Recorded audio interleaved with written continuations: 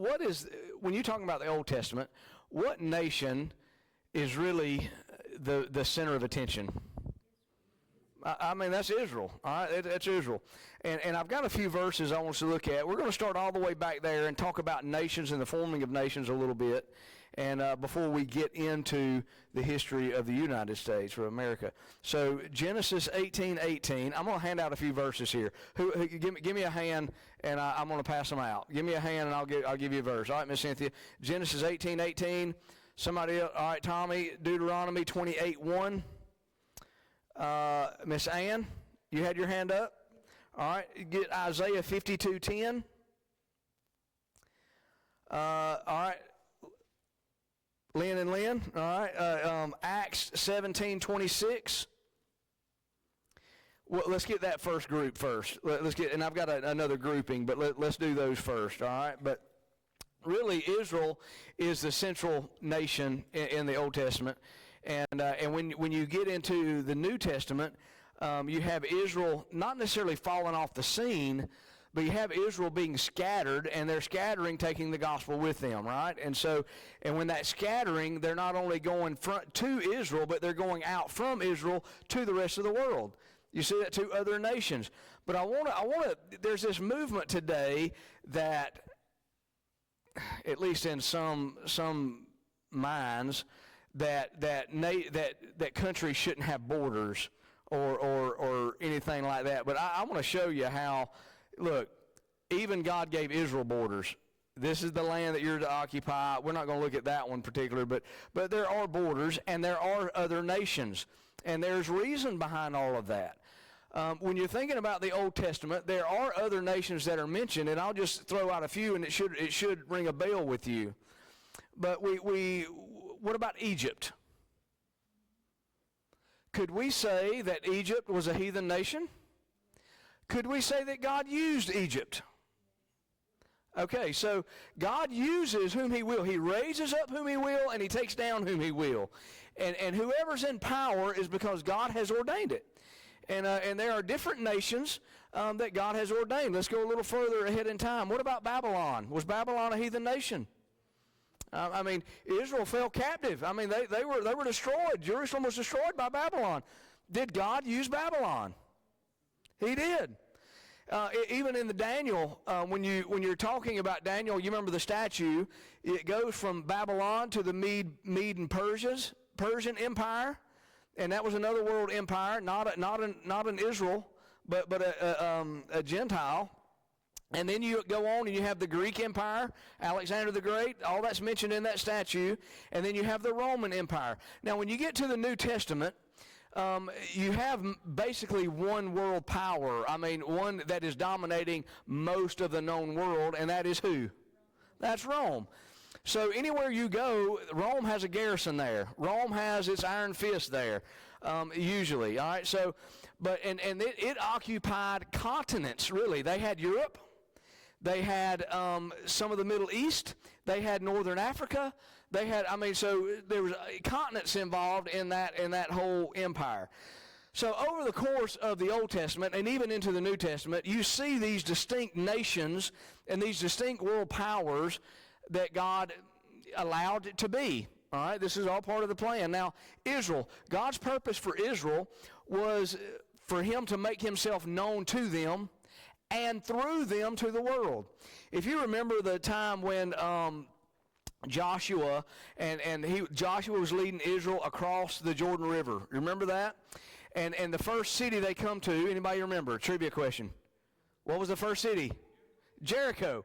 All right, well, in Jericho, you had somebody called Rahab the harlot. Remember that? And her house was on the wall. She hid the spies. You remember the story.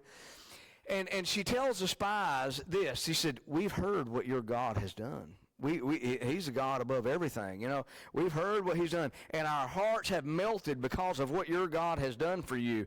In other words, this is what is happening: is God is putting himself on display through Israel. Could we say that? I mean, so the world is hearing about who God is because of how he's working through Israel.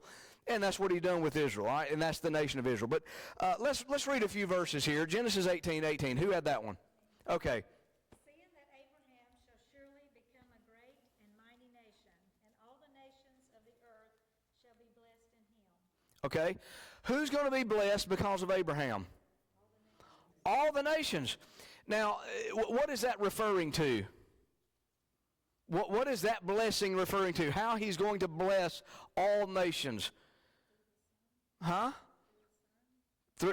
Yeah, I mean, it is. It really, because Jesus is going to come through that lineage, and the gospel is going to come through the nation of Israel, the Lord Jesus Christ, through that lineage, and because of that, that gospel message is going to be spread across the world. And look, people can have salvation, they can have peace with God because of the blessing that's going to come through Abraham, but the Lord Jesus Christ in particular. All right, and then who had Deuteronomy 28:1? Tommy.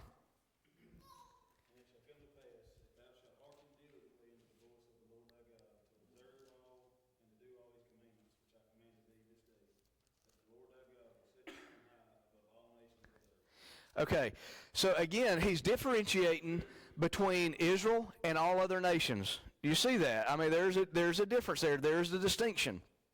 All right, Isaiah 52. Who had that one?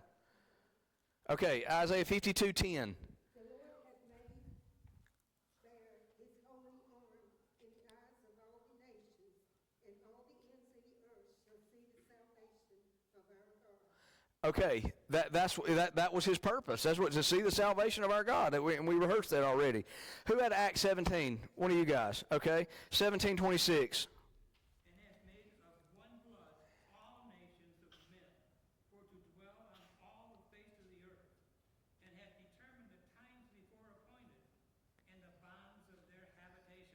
Okay, so he has designed a certain time for nations, and he has designed certain boundaries for nations in that particular verse. So what I'm saying is, this idea that we have today that, you know, people can just come in and out and do whatever and be, you know, live wherever and however. Look, that is not how it's designed. That's really not. That's not God's plan, and I don't think it's a good plan for anybody. But nevertheless, so we have all these other nations. We have Babylon, Egypt. We also have the land of Canaan. It really, it was more of an area, Canaan, because it was made up of all these other tribes, these warring tribes. You had, Perizzites, Hittites, Jebusites, you know, Yeah, termites. No, you might have over there. That's why they built out of rock and stone over there, I guess. I don't know, but anyway. So you had that, and then when you get to the New Testament, you know, even the New Testament, it deals with the Middle East. The majority of the New Testament you will see in the Middle East. I mean, the majority of it. But then when you have the letters from Paul, he's writing a lot of those from prison in Rome, and so now he's all the way back in Europe, because he appealed to Caesar, and he's writing letters back to what would be considered either Eastern Europe or Western Asia, you know, right in that area right there, the Middle East. So a lot of those. Again, and Rome, the letter to the Romans, what continent was that letter to? That was Europe, okay? That was Europe. And but if we were to break down the nations, biblically speaking, we could also, we did it by continent here, but we also could do it like this. We could also do Jew and Gentile, all right? And that's the way God sees things, is Jew and Gentile. Jew, Gentile in the church. But anyway, Jew and Gentile, if we look at nations like that. And so there's only one nation that's a Jewish nation. What nation is that? That's Israel, all right? And the rest of everybody are Gentiles. And I want you to remember that even in the book of Revelation and other places that we talked about the blessing coming from Israel, or coming from Abraham, Isaac, and Jacob. Jacob would later be called Israel. So through Israel, that blessing of the Lord Jesus Christ was going to come, and it was not just to the Jews, it was to the Gentiles also. Remember the other phrases. Let's look at a couple verses. Micah 4:2, we'll give an Old Testament. Who wants to get that one? All right, Lee's got Micah 4:2. Acts 1:8, this is a familiar one. Somebody raise your hand and get that one. All right, Tim got that one. And Matthew 28, 19 through 20. 18, 19, and 20. Who's getting that one? Paula, you got that one? All right, Matthew 28. All right, so let's look at this. Micah 4:2, who's got that one? Lee, okay.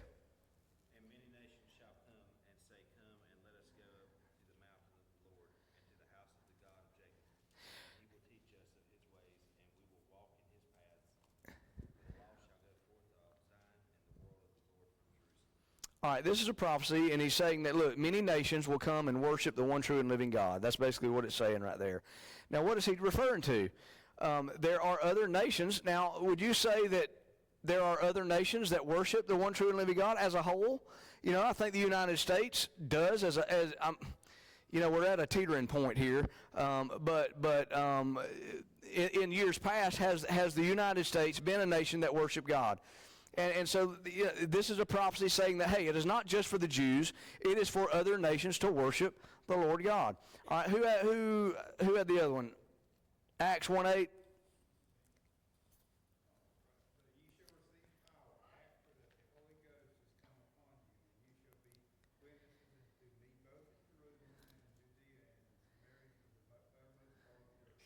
All right, Jerusalem, what nation is that? Judea? Samaria? But the uttermost parts of the earth.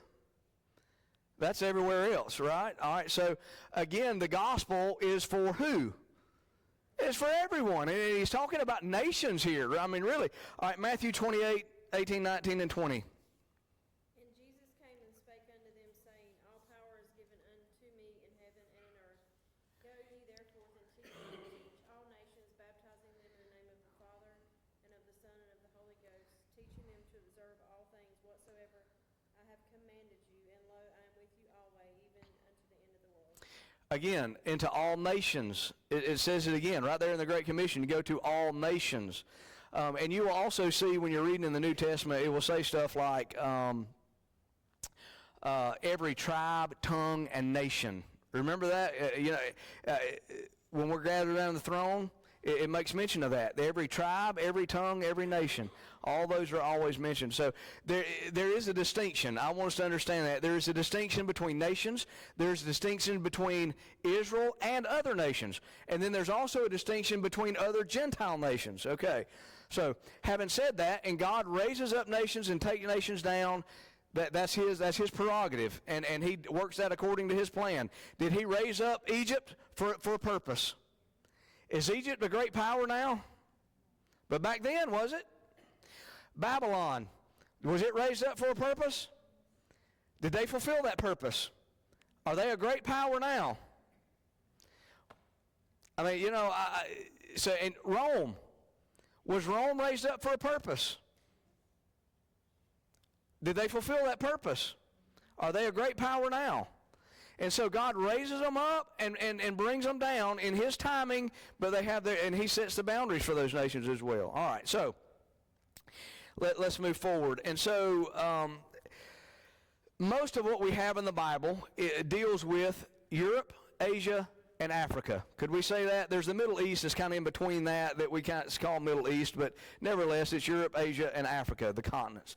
And so most of what we see in the Old Testament and the New Testament, it revolves around those areas. And so largely, to speak of, North and South America were not even on the radar. You know what I mean? I mean, it was pretty much the unknown. Rome didn't know to go conquer it. Egypt didn't know to go conquer it. The Persians didn't know to go conquer it because there was such a vast, what's the word, expanse of ocean in between the vast majority of that. So let me give you a little bit of background here. And you can probably, Answers in Genesis might have covered this, I don't know. But how did people get to North America?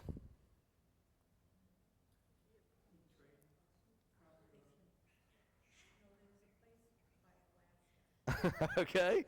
All right. So, and people will want to argue this and that kind of thing, but yes. And so most a lot of archaeologists, let me get that right, will tell you that, look, how did people get here is that there was a bridge, if you would, from Asia around Russia, the northern part of Russia, over to where Alaska is today. And there is a bridge. Like when it freezes, I think there's a show that actually came on TV called Ice Road Truckers. You ever seen that? And it was a whole lot cheaper for them to drive across the ice than it was to fly planes and that kind of thing. And so for a certain period of the year, they can drive back and forth on that ice. All right, and now I haven't been there. I haven't seen it. I'm just going by what I've read and what I've studied. So it is believed that there was people groups that came to North America on the west side of North America like that, and filtered down through the Americas. That would be North America and South America. And at the time, let me see. Well, at the time of discovery, it was estimated there was about 50 to 60 million people living here from the tip of South America up to the tip of North America, okay? On the Americas, there was about 50 to 60 million people that had lived there. Now, why in the world would they do that? Why would they move? All right, so there's a few reasons why people would move. Some of them would be because of political things going on. Why did they disperse from Jerusalem? I mean, even in the book of James, it says, to the 12 tribes which are scattered abroad, greeting. Why were they scattered abroad? They were being persecuted. There was political problems, all right? I mean, there was a political pressures against believers and that kind of thing, but people flee, whether they're a believer or not. If there's war, I mean, what happens when war breaks out? What do the general population want to do? They want to leave. I mean, they want to evacuate. So it could be that was one reason. If you know the Mongols and some of China and all the dynasties, some of those were warring factions, all right? It could be that people were leaving those areas to escape wars and that kind of thing. It could be, let me see here.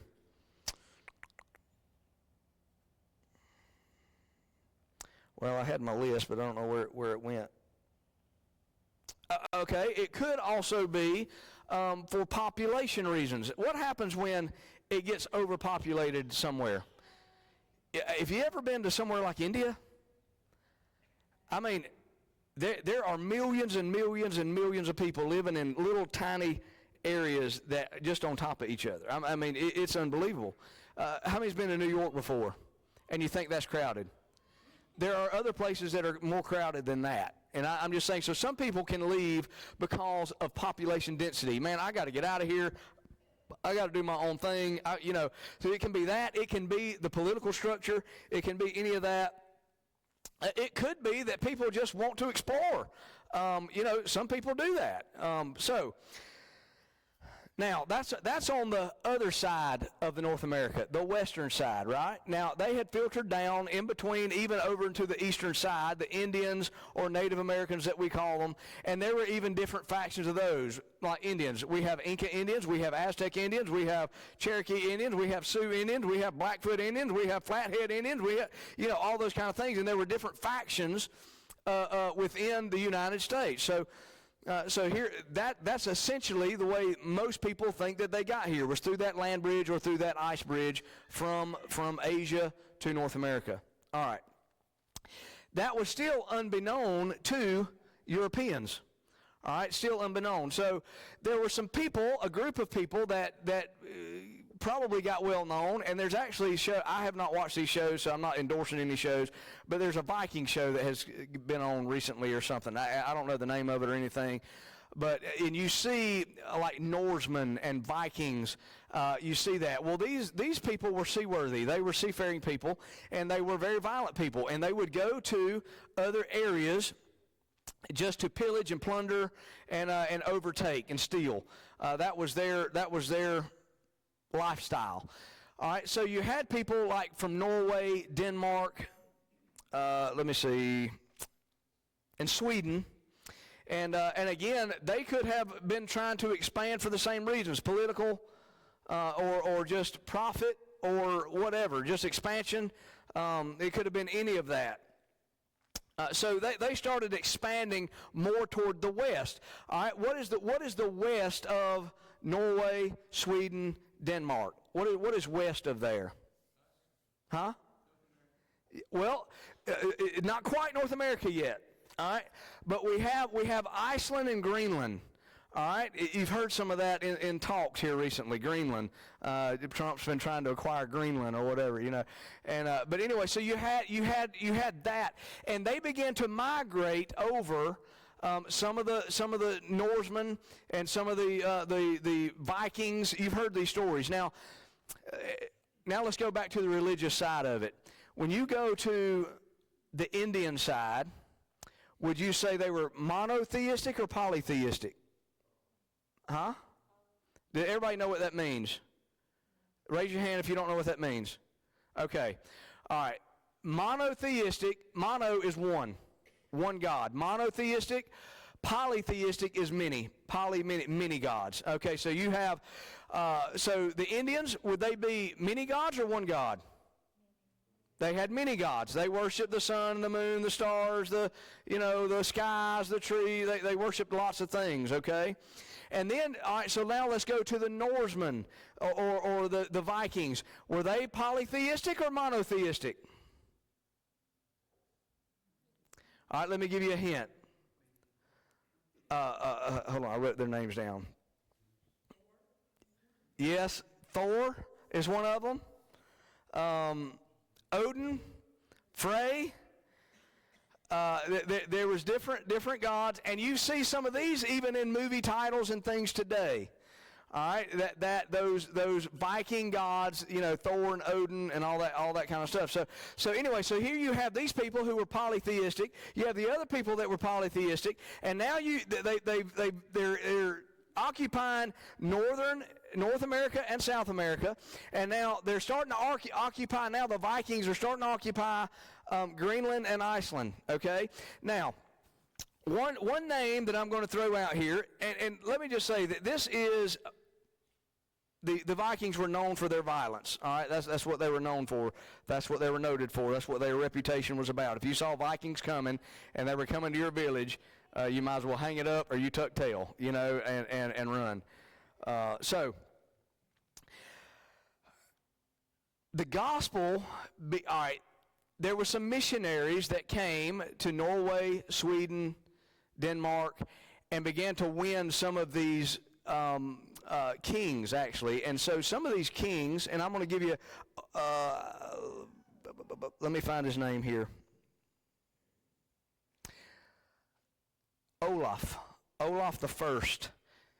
He was the king of Norway. All right, so this is important. All right, so some of these Viking Norse kings were won to the Lord. In other words, they became Christians. They converted to Christianity. They gave their life to Christ because of some missionaries that came from Europe. Okay, so they heard the gospel, and they began to evangelize, and they began to be turned to Christianity. Okay, all right. Now so you have a group now of Norway. Of Norsemen and Vikings that are in Greenland. All right, and one of them was called Eric the Red. You might remember that name from history or whatever, or from some of your studies. So Eric the Red. Eric the Red had a son. He's the one that initiated or originated these settlements in Greenland. He was kind of like the founder of Greenland, if you would, Eric the Red. He was the first one to start exploring that and taking the Viking people over to that area. Leif Erikson, he was the son of Eric the Red. All right, we're going to connect some dots here in a minute, okay? Leif Erikson was the son of Eric the Red from Greenland. All right, he goes back over to Norway, meets Olaf the First. Olaf the First gives him the gospel, and Leif Erikson ends up becoming a Christian. All right, so now he was commissioned by Olaf to go back to Greenland as a missionary. All right, anybody know this? Okay, all right. So, but on the way back to Greenland, he overshot Greenland. They didn't have all the GPSs and all that kind of stuff today. But he overshot Greenland, and guess where he ended up landing? Newfoundland. All right, Newfoundland. There's some other, hold on, let me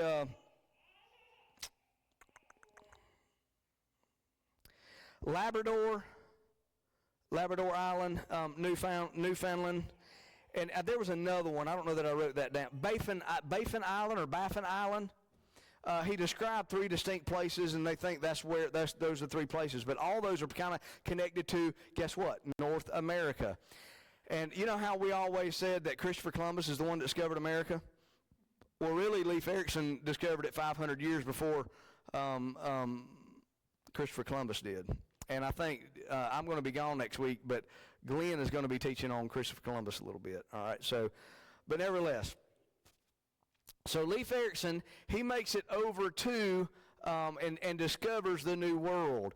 So I find it interesting. It's very interesting that somebody who was originally from a warring nation, a Viking nation, who was known for their violence, comes to know Christ in Norway by the king Olaf of Norway, and was sent from there as a missionary to go take the gospel back to Greenland. But Mrs. Greenland discovers the new land, all right, and the new land being North America. And the first person to ever set foot on North America as far as from the European side. You with me? I mean, we had the other ones that came from the western side, but as far as the discovery of the modern world, what we would consider the modern world or the Western culture from Europe, was Leif Erikson, who was a believer, who was sent as a missionary. Is that not interesting to you guys?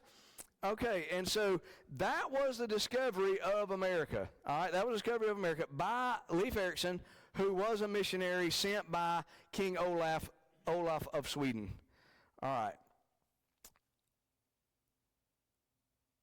And he was sent again to spread the gospel. Now, we don't have any record. There are records, archaeological records, that have discovered in those areas where Vikings had camped and settled and that kind of thing. So there is documentation for that Leif Erikson found these areas, and he actually wintered there over a winter, stayed there for about a year in one of these places. So anyway, okay, and well, I'm at the end of what I had wanted to cover tonight. All right, so anyway, are nations important in God's eyes? Where does most of the Bible cover? What nation does it cover? Mostly. But it's instructing Israel to go into all the world, and then later on the church into all the world. And I find it interesting that the discovery of America was actually by a missionary that was accomplishing the very thing that Jesus said do before he left this earth, to go into all the world and preach the gospel. He was sent as a missionary to preach the gospel, and that was the first place that he landed. He overshot Greenland, and he landed at the United States. Now, whether he met anybody, I don't know. We don't know that. But we do know that he was the first explorer to find the New World. Didn't really establish anything, but he did discover it, and he documented some of the things and described some of the beaches and some of the areas. One of them was a wine area, vineyard. He called it Vinland. Another one was a stony beach. I can't remember what he called that. Another one was a woodland area. And all these had to deal with Labrador, had to deal with Newfoundland is what they call it. But that was actually what is considered now parts of North America, Canada area up that way. So is that interesting? Okay. So we're getting to the influence of Christ, the gospel, and God's hand in the forming of the United States. We're getting there. But now, again, and then Glenn's going to speak next week on Christopher Columbus. And by the way, does anybody know what Christopher means? Have you looked at it yet, Glenn? You have? Okay. Anybody know what Christopher means? Correct me if I'm wrong. If you read it, it means Christ bearer. So again, the next person that comes along, his name is Christ bearer. And that's interesting. That's interesting. So anyway, this is not really the forming of our nation, but it's discovery of our continent. Okay, the discovery of our land, and we're going to get down a little bit further into our nation. But I don't know. Do you enjoy that or no? A lot of history. But again, and I believe that God has raised up our nation for a specific purpose. For a long time now, the United States has been probably the greatest funder of mission work that probably the world has ever seen, as far as financially and sending people out. And so that's why it's important for us to understand that, look, the first person that found North America, he was a believer, and he was sent as a missionary. The second person that comes, his name is Christ bearer, all right, the one who carries Christ. And so that's just so interesting. And then I believe God has used our nation to evangelize the world to some degree. Now, are there still places that people need to go to? Absolutely, absolutely. But I think God has used it in such a way that again, to accomplish the Great Commission. Is Israel sending out any missionaries now? I mean, there may be a few, but nothing like the United States does. And as a matter of fact, most of Israel are not believers. You know, I mean, it's a mission field in and of itself. So, anyway, all right. Any questions on any of that?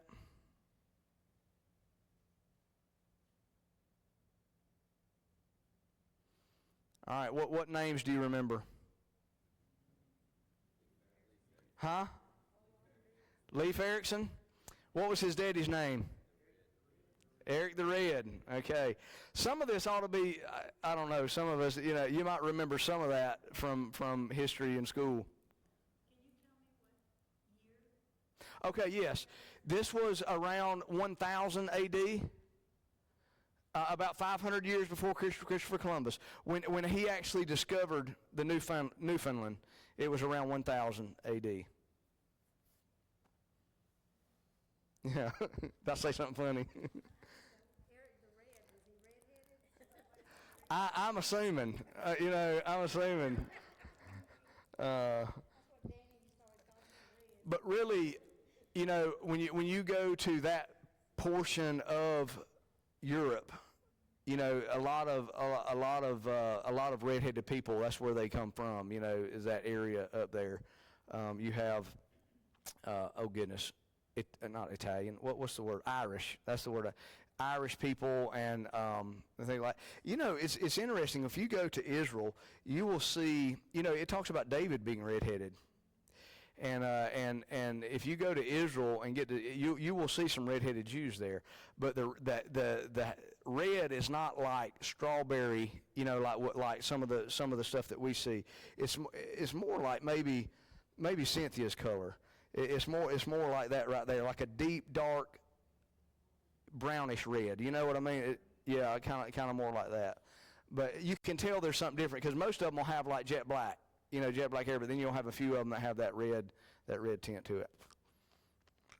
But anyway, yeah, a lot of Europe. That's where the red, you know, the Irish people and the European people. That's where the red head gene comes from. Most of it, a lot of it.